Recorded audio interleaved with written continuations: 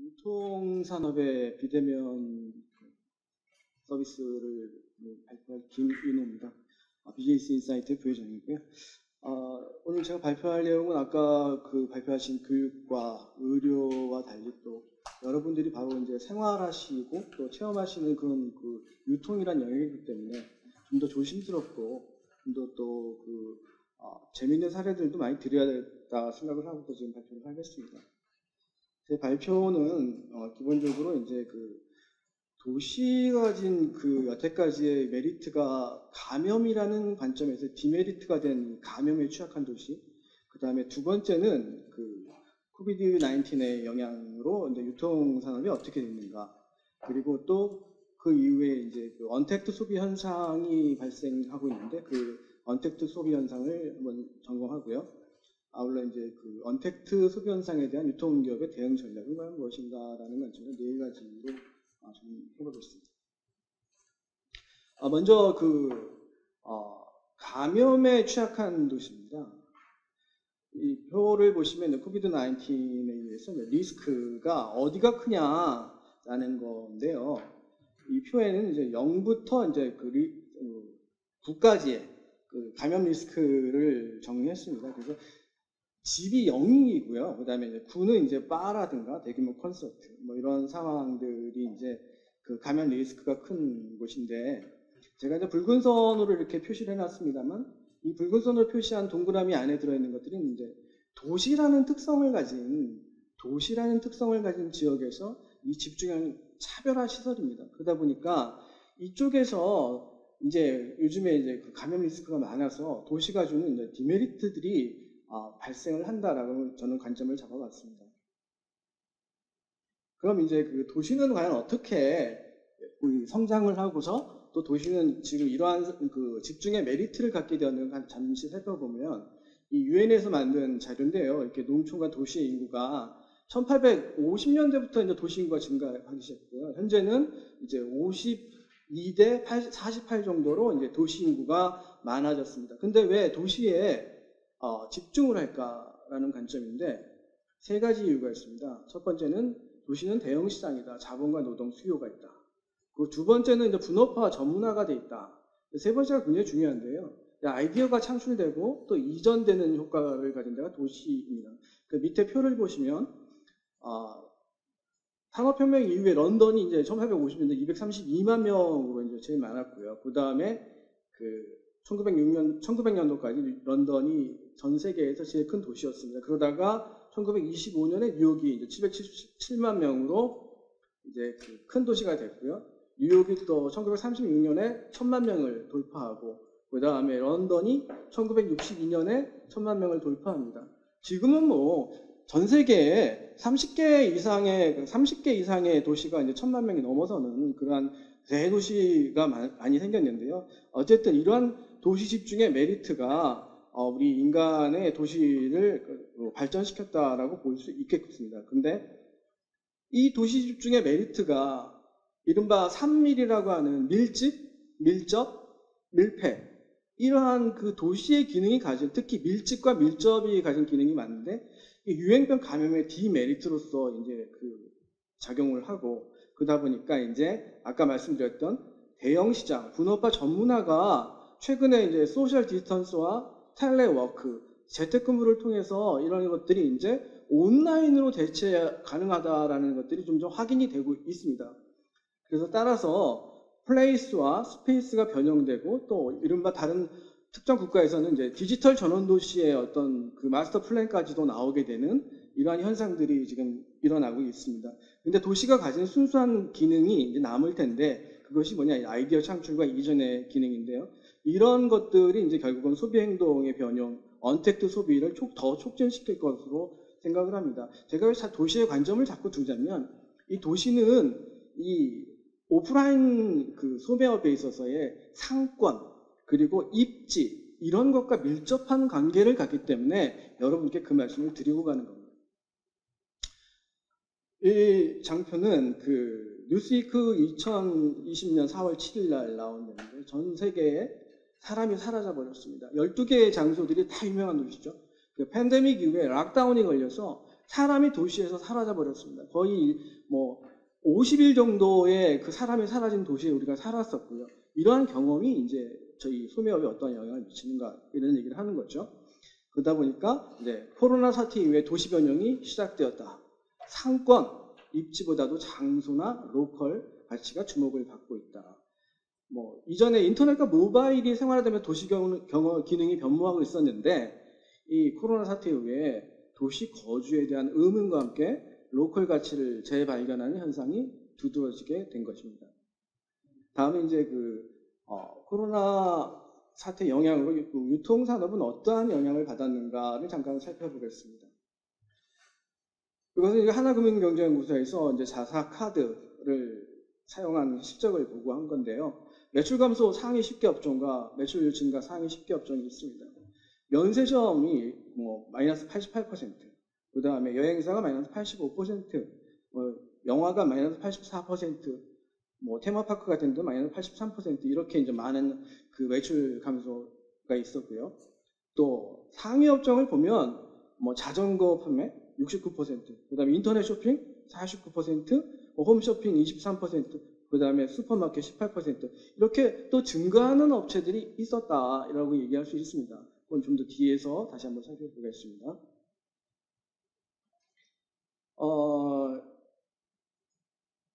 아까 면세점이 88%가 줄어들었다고 하는데 이것은 결국은 국경의 봉쇄라는 관점에서 약간 유통과는 다른 관점이 있겠습니다만 아울렛이라든가 가전 전문 매장, 백화점, 대형마트의 하단에 있는 이러한 업체들이 매출이 하락한 것은 이번 코로나 사태의 가장 큰 영향이라고 할 수 있겠고요. 상대적으로 이제 인터넷 쇼핑, 홈쇼핑, 슈퍼마켓, 편의점, 택배 서비스는 상대적으로 인터넷 쇼핑 같은 경우에는 이제 3월 달에 49% 이렇게 증가를 하고 있고요. 그 다음에 홈쇼핑도 23%가 증가하는 이러한 현상들이 서로 이제 그 양극화 현상이 일어났다라고 판단될 수 있겠습니다. 근데 저는 관점을 좀 이제 메르스 때는 과연 어땠는가라는 상태, 그 다음 메르스와 코비드 19과의 비교를 한번 해봤습니다. 업태가 이제 분화 발전한다는 관점에서 이걸 비교를 해봤는데요. 메르스 때 보면 실질적으로 2015년 6월에 백화점이 마이너스 11.9%, 대형마트가 10.2%, 그리고 편의점이 29%가 증가했어요. 백화점과 대형마트가 줄어든 반면에 편의점은 상당히 증가했었다. 그런데 이 코비드-19 이 현재의 상황에서는 어떤 2020년 3월 달을 본다고 한다면 백화점과 대형마트는 상당히 많이 줄었고 편의점도 줄었습니다. 마이너스 8.1. 왜 그런 현상이 있었는가라는 것을 한번 체크해 본다면 밑에 보시면 이제 SSM이라는 온라인이 굉장히 강세를 보이고 있지 않습니까? 온라인이 16.9% 상승을 했는데 실질적으로 여기에서의 가장 중요한 포인트는 신선식품을 갖다 배송을 해주는 SSG라든가 마켓컬리라든가 이러한 시장이 2015년도 메르스 때는 없었습니다. 그러한 상황에서 이제 배송 기능이 굉장히 강화되면서 신선식품을 배송할 수 있는 능력이 유통업계에 생겼기 때문에 이 메르스와 그 다음에 코비드 19의 상황이 다르다라고 말씀드릴 수 있고 오늘 주제인 이 언택트 비대면의 방식이 여기에 충분히 지금 효과를 보고 있다라고 말씀드릴 수 있는 겁니다. 또 재밌는 사실을 하나 발견했는데요. 어떠한 사실이냐면 오프라인 쇼핑, 백화점이라든가 대형마트, 편의점에 갈 때 보면 이용 건수는 굉장히 많이 줄어들었습니다. 그런데 한 번 이용할 때마다 거기에서 구매 금액이 늘어났습니다. 객단가가 늘어났다는 얘기죠. 한 번 갈 때 위험을 무릅쓰고 갔는데 많이 사게 되는 겁니다. 근데 상대적으로 우측을 보시면 온라인 쇼핑에서는 이용 건수는 많이 늘어났습니다만 객단가는 줄어드는 현상이 벌어졌어요. 왜 그러냐? 지금 우리나라에 온라인 배송 시스템을 가지고 온라인을 하고 있는 유통업체들이 우후죽순 많이 생기고 있기 때문에 이러한 것들에 의해서 신선식품 같은 것들을 아까 말씀드린 대로 배송을 시킨다면 이 신선한 상품들을 바로 배송받는 것이 좋기 때문에 이 건당 금액을 줄이고 이용 건수가 많이 늘어났는데 상대적으로 이러한 부분이 업체에게는 어떠한 부분으로 작용할까? 결국은 배송 비용이 많이 그 비용 증가로 작용을 할 것으로 판단됩니다. 이러한 문제가 과연 우리나라에만에 국한되는 것이냐라고 판단했을 때 그렇지 않다라고 하는 겁니다. 그래서 이웃 일본에서 2020년 5월 달에 발표된 자료를 지금 봤는데요. 실질적으로 일본도 마찬가지입니다. 백화점이 마이너스 73.2%의 손실을 봤고요. 일본은 우리나라에 비해서 많이 지금 더 심하죠. 락다운이 있었기 때문에 더 심합니다. 그래서 그 엔터테인먼트 오락도 60.2%, 그 다음에 외식의 60%가 감소했습니다. 상대적으로 보면 가구가 1.0% 증가하고 편의점이 1.2% 증가하고 가전이 10.8% 증가했어요. 이 얘기는 나중에 제가 드리겠습니다. 그리고 컨텐츠를 갖다가 PC상으로 컨텐츠를 배신받는 이런 사업이 35.6% 증가하고 EC 산업, 그러니까 커머셜 이커머스 산업이 38.8%가 증가하는, 여기도 역시 양극화 현상이 벌어지고 있다라고 말씀드릴 수 있겠습니다. 다음에 이제 언택트, 오늘 주제인 언택트 소비 현상에 대해서 잠시 말씀드리겠습니다.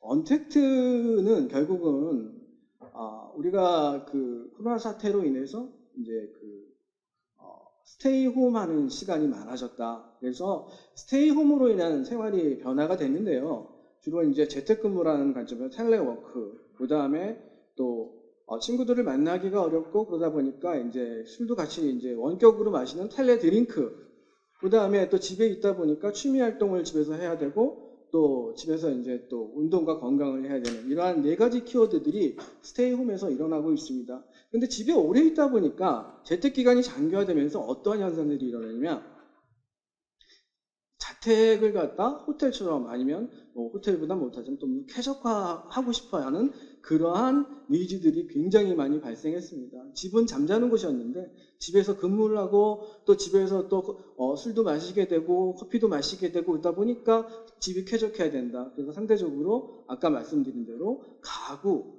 가전 이런 것들을 체인지하는 니즈들이 굉장히 많이 발생했다. 이러한 것들이 이제 스테이홈의 하나의 큰 형태고요. 그래서 이 스테이홈으로 인해서 여러 가지가 지금 개선되고 또 변모하고 변형될 것이다 라는 판단을 하게 되는 거죠. 상대적으로 보면 아까 말씀드린 대로 이제 2020년 2월에 전체적으로 이제 오프라인의 매출이 마이너스 7.5인데 반해서 온라인은 34.3%가 증가했죠. 왼쪽에서 보시면 폭이 약간 지금의 폭보다는 약하지 않습니까? 결과적으로 볼 때 지금의 폭은 실질적으로 이제 언택트에 대한 니즈가 굉장히 증가해서 이제 우측으로 가면 갈수록 이 언택트 소비가 많아질 거라고 판단이 됩니다. 다음은 이제 언택트 중에서도 이제 온라인 배달 또 음식 서비스 시장의 규모가 상대적으로 또 많이 커가고 있는 시장인데요. 2019년에 9조 7,365억 원 시장이었습니다. 그리고 또 온라인 식품 소매 시장의 규모는 2019년에 약 20조 원 시장이었습니다. 그러다 보니까 실질적으로 이 비대면에 대한 부분들은 유통시장에서는 상당히 많이 증가하고 있었고 실질적으로 그러한 기술들이 거기에 개량이 되고 또 실질적으로 개선이 되고 있었다. 그리고 시장이 커지고 있었다라는 상황이었습니다. 거기에 코로나 사태는 결국 어떤 이쪽에 기름을 부은 거라고 판단이 되는 거고요. 근데 이제 오늘 이 발표를 통해서 실질적으로 제가 이제 유통의 전문가로서 이제 언택트 소비에 대한 개념 정리를 한번 하고 가야겠다라는 생각을 했습니다. 우리가 이제 컨택트 소비와 언택트 소비에 대한 개념 정리를 한번 해야 되는데, 실질적으로, 전 세계적으로 소매업체의 오프라인에서는 거의 이제 온라인 매장이 들어오기 전에는 페이스 투 페이스, 대면이 굉장히 퀄리티가 높은 서비스였습니다. 상품이 고가의 상품이라든가 또 패션 상품, 이러한 상품들은 꼭 설명을 해주시고 또 이러한 것들을 또 AS를 과연 어떻게 해야 되고 시착을 어떻게 해야 되고 이런 것들이 굉장히 필요한 상황이었고요. 그리고 또 서비스라는 관점에서도 난이도가 상당히 높아서 오감을 넘어서 감성까지도 타치하는 육감 만족을 하던 그런 컨택트 소비였는데, 이제 유통에서 말하는 언택트 소비라고 하는 것은 개념적으로 셀프 서비스를 기본적으로 하고 있습니다. 그래서 슈퍼마켓이라든가 아니면 할인점처럼 본인이 직접 담아서 가지고 올 수 있는 그러한 서비스를 이제 언택트라는 관점으로 여태까지는 기존 개념으로 말했었습니다. 그러다 보니까 규격 공산품이라든가 일상 생활용품, 필수품 이런 신선도가 낮은 상품을 취급했죠. 근데 최근에 이제 얘기를 하고 있는 대면과 비대면의 개념은 코로나 사태 이후의 개념인데요. 서비스의 퀄리티에 제공 관계없이 접촉의 유무로 판별을 하고 있는 것이 현 작금의 현상입니다. 그래서 저는 이제 유통을 하는 사람 관점에서 오프라인에서의 그 서비스라는 관점에서 이렇게 정리를 한번 해봤는데요. 이러한 것들이 과연 어떠한 영향을 주는가를 한번 살펴보겠습니다.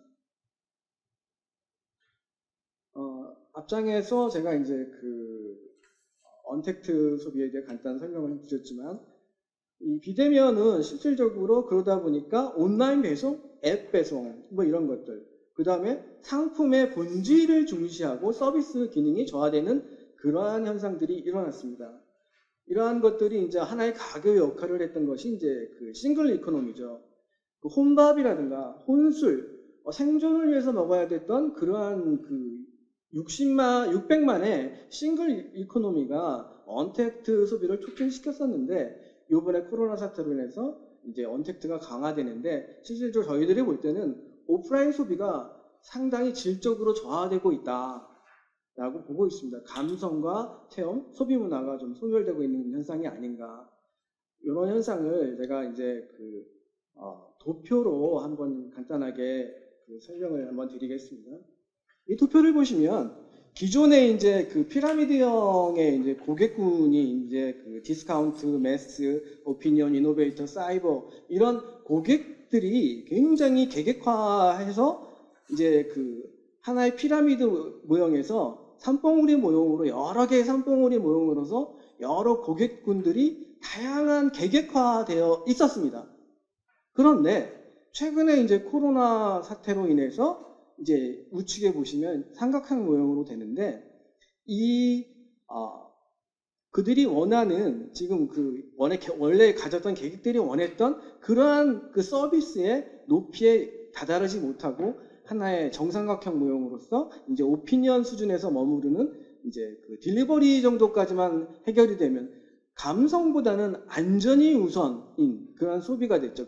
그래서 개개의 감성 소비가 증발이 되었다라고 저는 말씀드리고 싶습니다.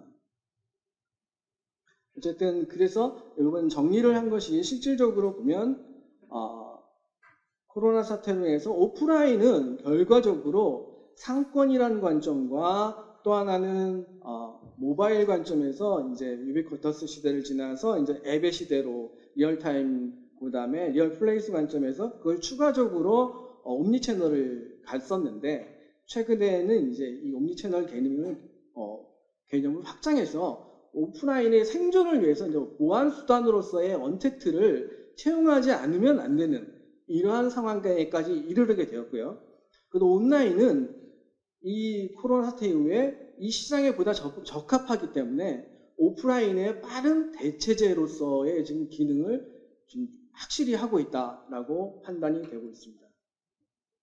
그래서 오늘 이 자리에서 가장 대표적인 사례로 DVD 렌탈 업체로서의 두 개 업체, 치타야라는 일본 업체와 넷플릭스라는 업체 간단하게 비교를 한번 해보겠습니다. 치타야는 실질적으로 대한민국에 있는 많은 유통 오프라인 업체들이 벤치마킹을 많이 했던 업체입니다. 특히 서점이라는 문화를 최근에 많이 접하고 계신데요. 우리나라 서점의 발전이 다 치타야의 모델을 보고 왔던 겁니다. 그래서 근데 치타야의 모델과 넷플릭스 모델은 공통점이 있어요. 시작부터가 DVD 렌탈 사업이었습니다. 그런데 치타야는 기본적으로 서점, 스타벅스, DVD를 병설하는 오프라인 매장에 중점을 두었던 업체고요. 그 다음에 넷플릭스는 1997년에 창설됐지만 2007년에 창업 10주년을 계기로 온라인으로 완전히 시프트해 버렸습니다. 그러다 보니까 이제 온라인으로 시프트하면서 했던 것들이 최근에 이제 그들의 장점이라고 할 수 있는 오리지널 컨텐츠를 확보했는데 뭐 하우스 오브 카드라든가 이런 1억 불짜리 그 제작을 해갖고 이런 것들을 자체 제작해서 배신하고 그러면서 최근에 이제 회원수가 2억 명에 이르는 이제 OTT 서비스에서의 세계적인 최대 사업자가 되고 또 뭐 최초의 글로벌 TV라는 이러한 이름을 듣게 됐죠. 그래서 실질적으로 스테이홈이라는 시대적인 상황에서 본다면 굉장히 매칭이 되다 보니까 지금 영화관들 아까 86% 감소했는데 멀티스크린인의 보완제에서 대체제로 이제 압도적인 지위를 확보할 수 있다라고 말씀드릴 수 있는데요. 아까 츠타야는 어땠는가? 기본적으로 오프라인 위주로 가다 보니까 실질적으로 지금 그 일본의 락다운이 걸리는 상황에서 상당히 많은 오프라인 매장에 모두가 그랬듯이 매출이 침체되는 그런 상황을 겪었습니다. 이러한 DVD 렌탈 사업을 같이 추구했던 업체들도 어떠한 전략을 취했는가에 따라 지금 상황이 매우 달라졌다라는 말씀을 드릴 수 있겠습니다. 다음에 이제 그 오프라인 매장을 가진 업체들이 과연 어떤 식으로 아까 이제 그 보완제를 만들어야 되는가에 대한 상황을 하나의 동영상을 잠깐 보시면서 말씀드리겠습니다. 이 업체는 그 최근에 이제 10일 전에 오픈한 업체예요. 코로나 사태에 오픈을 바로 했는데요. 마스크를 쓰고 이게 이제 앱입니다. 앱을 들고서 여기 앱을 들고서 이제 그 쇼핑을 하게 되는 겁니다. 레지고라는 앱을 들고 그래서 자기가 산 물건을 이 앱에다가 이제 읽히죠. 그리고서 이제 여러 가지 상품을 다 읽혀놓고서 이제 요 기계에다 대고 앱을 이제 스캐닝을 하면 얼마 계산하라는 게 딱 나옵니다. 이거와 유사한 것들이 저희 대형마트에서도 지금 하고 있는데 그거하고 다른 것은 대형마트에서는 고객이 다 스캐닝을 따로따로 해야 되는 거죠. 이건 시간을 단축하면서 레지스터에 계신 분들하고 접촉을 하지 않겠다라는 얘기입니다. 실질적으로 이러한 것들이 지금 오프라인에서는 하나의 큰 기계적인 노력을 통해서 이제 이것들이 이루어지고 있는 겁니다. 또 다른 상황을 한번 제가 화면을 통해서 보여드리겠습니다. 왼쪽에 있는 것이 무엇인지 아십니까? 항공업계가 코로나 사태의 주범으로 지금 많이 뛰어올라지 않습니까? 그러다 보니까 좌석을 줄여야 된다라는 얘기를 많이 하고 있는데요. 실질적으로 이 가운데 있는 사람은 바라보고 있는 눈의 위치가 다릅니다. 역으로 앉았어요. 실질적으로 보면 이제 여기 가운데의 통로를 통해서 이제 이동을 하는데 거기에 아크릴판이 있고요. 항공업체도 실질적으로 이러한 어떤 아이디어를 내고 이제는 단가를 갖다가 줄이지 않고 어떻게 해볼 수 있는가 이런 것들을 이제 좌석 배치로 인해서 하고 있는 상황이고요. 또 이제 우측에 있는 것은 이세탄 백화점이라고 하는 백화점인데 이제 엘리베이터도 이제 5명이 타야 될 위치를 4명이 타야 될 위치, 5명이 타야 될 위치 뭐 이런 것들 탑승 규제를 하면서 이걸 전개하고 있습니다. 네 번째는 이러한 상황에서 유통기업은 과연 어떤 대응을 해야 되는가를 잠깐 말씀드리겠습니다. 그래서 입지, 상품, 디지털이라는 세 가지 측면에서의 전략이 제고가 돼야 된다라는 관점인데요. 이거는 여기 계신 교수님들, 연구원님들 너무 잘 하시는 얘기겠지만, 이 포스트 팬데믹 이코노미에서 실질적으로 이제 국경이 봉쇄되면서 기존에 이제 오프쇼링을 했던 그런 상황들에서 이제 리쇼링이 일어나고 또 국경이 봉쇄되면서 이제 글로벌 서플라이 체인이 와야 된다라는 것을 도외시켜 본 겁니다. 글로벌화했던 비즈니스 모델의 메리트는 결국은 자국에서의 상품이 매출이 줄어들 수 있는 것을 후진국에 상품을 출시함으로써 매출이 지속적으로 확대되는 메리트가 있었고 또 이제 비용조차도 이제 좀 글로벌 규모 경제를 통해서 코스트 다운을 했었는데 근데 팬데믹 이후에 이제 어떤 현상이 벌어지냐, 국경이 봉쇄되다 보니까 이 글로벌화 비즈니스의 모델의 메리트가 각 기업에다 축소가 될 것으로 보입니다. 그러한 동향들이 저희 이제 유통업체에서는 이미 이제 많은 것들이 상품을 통해서 이미 예측이 되고, 이제 내년 시즌, 그 다음 시즌에 과연 이런 상품들이 들어올 수 있을까, 가격 안정이 되지 않을까, 이런 예측들이 되고 있습니다. 그러한 사례가 제가 지금 장표를 보여드리는 건데요. 지금 실질적으로 러시아에서 곡물 수출을 지금 이 자국 내 공급이 우선이 돼야 된다 판단해서 곡물, 특히 소맥분의 수출을 갖다 규제하고 있거든요. 그러다 보면 기본적으로 이제 그 소맥분을 가지고 만들어야 되는 베이커리라든가 과자 뭐 이런 그 굉장히 영향이 클 것으로 보고요. 그 다음에 겨울로 접어들어서 지금 남반구가 지금 굉장히 지금 환자들이 많이 일어나고 있지 않습니까? 브라질에서, 칠레에서, 페루에서. 이런 브라질 같은 데에서 여태까지 그 수입을 해오던 상품들, 특히 뭐 이제 커피라든가, 개육, 닭고기요. 이런 것들 상당히 이제 앞으로 영향을 많이 받을 것으로 판단이 되고, 겨울로 접어들어서 이들이 지금 감기 증상으로 더 많은 그 인원이 이제 코로나에 감염이 됨으로써 공장이 지금 폐쇄가 되고, 또 그 다음에 플란테이션이 안 되고 있고, 뭐 이런 것들이 영향을 상당히 많이 줄 것으로 보입니다. 그래서 지금 예시를 들었는데요. 소맥분, 버터, 식용유, 올리브오일, 소고기, 돈육, 커피, 와인, 냉동 커트 야채, 개육, 이런 것들이 지금 눈에 보이는 것들이 결국은 내년에 상당히 문제가 될 것으로 판단이 됩니다. 또 하나는 이제 트위터 CEO가 이미 이제 선언을 했어요. 코로나 사태 이후에도 텔레워크를 시행한다. 그리고 국내 대기업 다수도 이제 영속적인 텔레워크를 한번 해봤으면 좋겠다. 이런 얘기를 했거든요. 그래서 줌이라든가 마이크로소프트 팀이라든가 뭐 이런 것들이 지금 활성화가 되면서 결국은 코로나 사태 이후에도 텔레워크라든가 스테이홈에 대한 이러한 것들은 굉장히 지속적으로 되겠구나라는 관점에서 봤을 때, 그러면은 우리가 기존에 가지고 있던 상권, 입지 이러한 문제가 이제는 현저하게 지가라는 아니면 비용이라는 관점에서 이제 문제가 될 수 있겠구나라는 것들이 이제 저희가 이제 테마로 잡아야 될 사항입니다. 그래서 제가 이제 세 가지를 지금 말씀드리는데, 상품이라는 관점에서는 이제 그 상품 공급망의 재고 관리, 아까 말씀드렸던 일부 국가의 수출 등란 축소, 또 거래 공장의 폐쇄, 원산지 조업이 축소되는, 이럼으로써 공급량이라든가 재고 확보가 안 돼서 가격 인상이 될 수 있는, 심지어는 이게 좀 더 얘기가 된다면 사재기까지 갈 수 있는 그러한 문제들이 발생할 수 있다. 또한 아까 잠시 말씀드렸지만 스테이홈에 대한 말씀을 드렸는데요. 그런 상황에 대비하기 위해서는 홈 밀 리플레이스먼트, HMR이라든가 CMR, 그 다음에 건강기능식품 같은 것들이 이제 개발이 되어서 또 이들한테 제공이 되어야 될 거고요. 또 PL 상품이 공급돼야 되는데, 왜냐하면 실질적으로 저희가 지금 그 텔레워크라든가 이런 걸 통해서 보면 고용에서의 불안이 상당히 지금 노정이 돼 있습니다. 그래서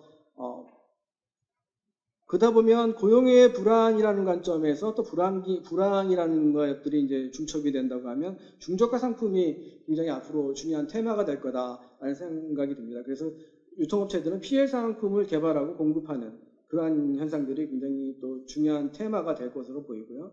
두 번째는 이제 입지입니다. 아까 제가 도시의 변형이라는 관점에서 잠깐 말씀드렸는데, 도심 점포가 과연 어떻게 효율을 제고해야 되느냐.